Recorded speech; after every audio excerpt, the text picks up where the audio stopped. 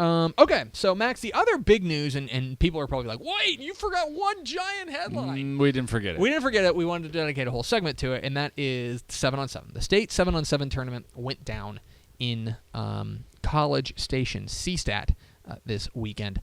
It is, of course, for those who don't know, 7-on-7, basically like the passing league. It's flag football, two-hand touch. Yeah.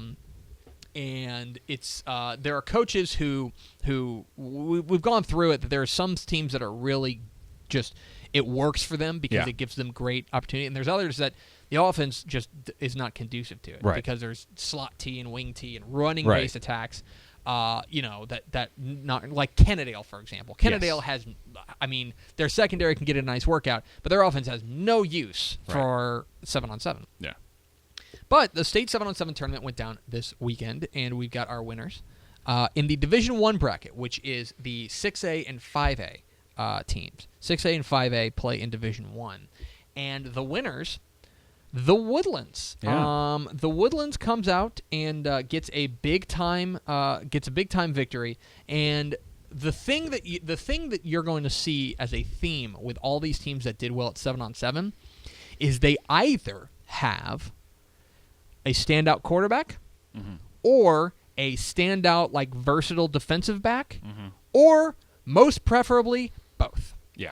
And the Woodlands had both. This is the kind of thing we should have seen coming because they have a tremendous quarterback in Eric Schmid, who is fantastic, and their defense is always outstanding. And the defense stood up again, was excellent.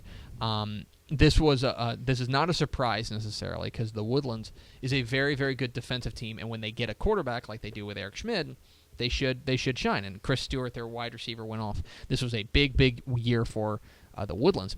And we were talking with Coach Mark Schmid recently at the Woodlands, and he mentioned that they have great pedigree at 7-on-7. They've made the state 7-on-7 tournament a million times, it seems like. They're always there. And we had a great time talking to him about that. And I asked him, I think we have the clip of it. We asked him about that. We asked him, hey, what does 7-on-7 mean for you guys? And so here's what he had to say.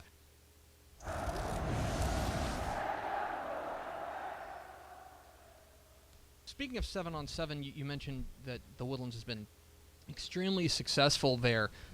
Do those kids? I think there's a lot of people who talk about program tradition and program pedigree with regards to winning games and winning district titles. Is there a sense of pedigree, a sense of pride in competing in 7-on-7 as well? Oh yeah, without a doubt. If we're not going to compete and if we're not going to try to win, then we shouldn't be doing it. That's kind of our philosophy. And so we know that 7-on-7 is not the same as Friday night padded football, but, whenever you're going to line up to compete, you should do it the right way. And so our kids take it seriously. Our skilled kids, I think, benefit greatly from participating in 7-on-7.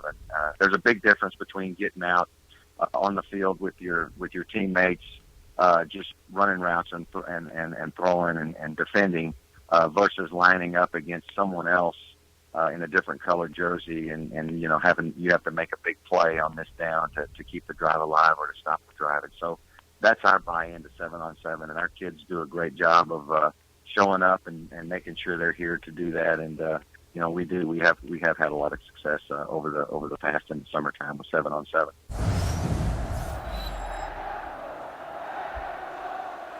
So there's Mark Schmid, the head coach of the Woodlands. I'm sure he is just thrilled that they come out as the winners there. It's the kind of thing that I think gives you a ton of confidence heading into the year. And we thought, and we still think, the Woodlands is going to be pretty good. And this, I think, only serves to kind of, validate what we've been having to say, because I think that, the Woodlands with Eric Schmid and that whole offense, if that offense can take a step forward, their defense we know is going to be a flamethrower. So this was good news for the Woodlands. The question that I wanted to ask you, and we talked about this a little bit before the show, the question that always comes up with 7-on-7, right? Is this a predictor of future returns, right? What do we learn from 7-on-7? Are these signs that these teams are going to win 11-man state championships. In some cases, they compete. Westlake won last year, and they were runners-up at state. Lake Travis won it the year before, where they won one of their titles. So, my question to you, both for the Woodlands and Kaufman, and maybe review each of them, is what does this say? Does this tell us something about the team coming up? I know we talked about, with the Woodlands especially, the defense is already great. So is this a sign that the offense has taken a step forward? Are you suddenly thinking, hey, maybe this is a state contender next year? So let me tell you, let me open up my copy of Dave Campbell's Texas Football. We have the Woodlands ranked 17th, okay, to start the year in 6A. Does this change your feeling on that ranking at all? No, because I think they're a top 20 team, but I also think that, they're going to have to run through a very difficult playoff path to get there, and the kinds of teams that they're going to have to run through in order to make it to a title game would include the likes of Katy, who is not a team that you would say should do well in 7-on-7, right? Because this is a team that runs the ball. Same with Houston Lamar.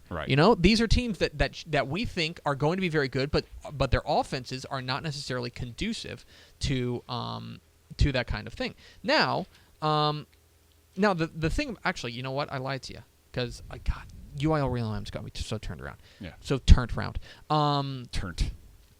Because they're in Region 2. I forgot they got moved over to Region 2. They got moved. But this is so still they would have to go through, presumably, teams like Euless Trinity.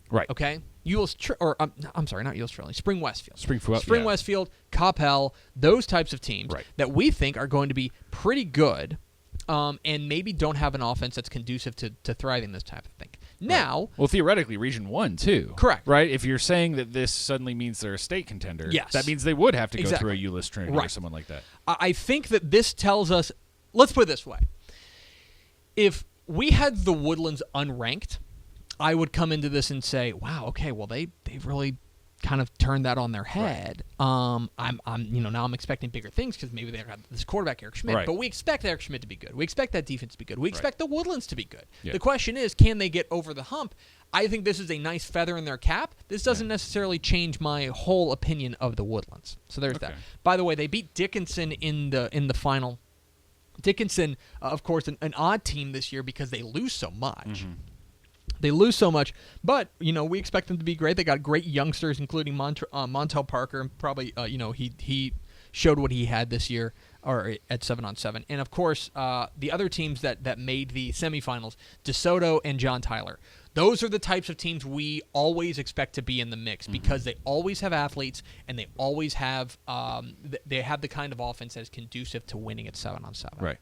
In the Division 2 bracket, which includes 4A, 3A, 2A, in theory 1A. 1A teams can compete, but it's tricky. You'd have to add a player. And then private schools. Private schools also compete in the Division 2. The winner was the Kaufman Lions, where I imagine new head coach Jeremy Burleson is thrilled about this. They again, the theory here is going to be, do you have an outstanding quarterback, a standout quarterback, and do you have a standout defensive back, preferably both? And they've got both. Jefferson Fritz, their quarterback, is going to be, he's taking the next step from wide receiver to quarterback. And so that is very good news for Kaufman, in my opinion. That if you've got a guy who you're working over into a position change, and he's able to make that transition smoothly, then all of a sudden Kaufman making my ears perk up. And then as well, and then their defensive back, wide receiver defensive back Dre Prox is also awesome. Oh, exactly. He's so good. He's a star. And so those kinds of guys help you win this type of tournament. And I'll tell you that we have Kaufman. Let me see where we've got them ranked in Dave Campbell's Texas Football. You're listening to live coverage of me flipping through the magazine. A tradition unlike any other. Where do we have Kaufman? Do I have this right? Yeah. Where are they? I guess we have them unranked. Well, now we're gonna hear about it. Intrigue abounds. Yeah. So we've got them unranked. So all of a sudden, that kind of piques my interest. 8-4A Division 1. That means that we have them. Let's see where we have them. We have them ranked second in their district in 8-4A Division 1, behind Terrell. Yeah. This is the type of thing one of the questions we had was at the quarterback spot. Right. And so if they've solved that, right, then all of a sudden they become a lot more viable as a team to not only win their district, but also perhaps make a run in the playoffs. Now, that region's going to be tough. Liberty-Ilo is the big team to watch there, not to mention Kennedale, not to mention Alvarado. Right. But this is a deep region. But if they've solved the quarterback situation, and this guy Jefferson Fritz is the new guy at quarterback, all of a sudden they look a lot more viable. They beat Somerset in the final. Somerset. This shouldn't be a surprise. This is an example of a team with a quarterback in Zadok Dinkelman who, we've been expecting big things from him. Absolutely, he's only coming to fruition in that. The fact that they made a semifinal is by no means surprising to me. And then the other semifinalists would be Argyle. Again, not a surprise. Argyle is a very, very good team coming off of a state championship game appearance. And that's a big leap forward without Keemon Freeman.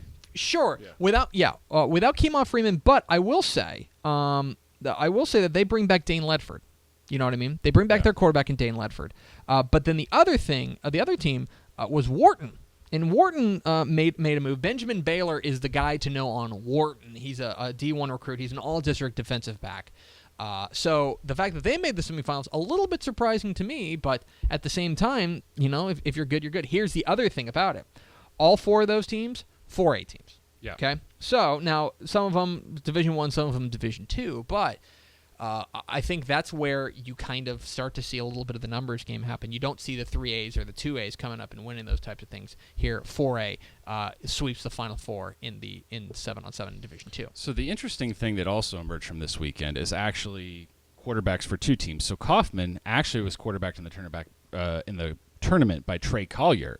It's a little different than what we got in our questionnaire. Right, absolutely. So well, then here's the thing: if they can do that, and they can put Fritz is back at wide receiver. If you can put Jefferson Fritz back out there at wide receiver, so things have changed since we got our questionnaire from them. That's interesting. That's very interesting. I don't know if you saw this either, but another kind of wrinkle that happened over the weekend. DeSoto made that run, and a lot of it was quarterbacked by Courtney Douglas, not Sean Robinson. So now there's question of whether there is a QB controversy at DeSoto just a few weeks after Mr. Robinson arrived. So that's something to keep an eye on. Now it's an embarrassment of riches. Sure, it's an embarrassment of riches. And the other thing is, remember that Sean Robinson just showed up.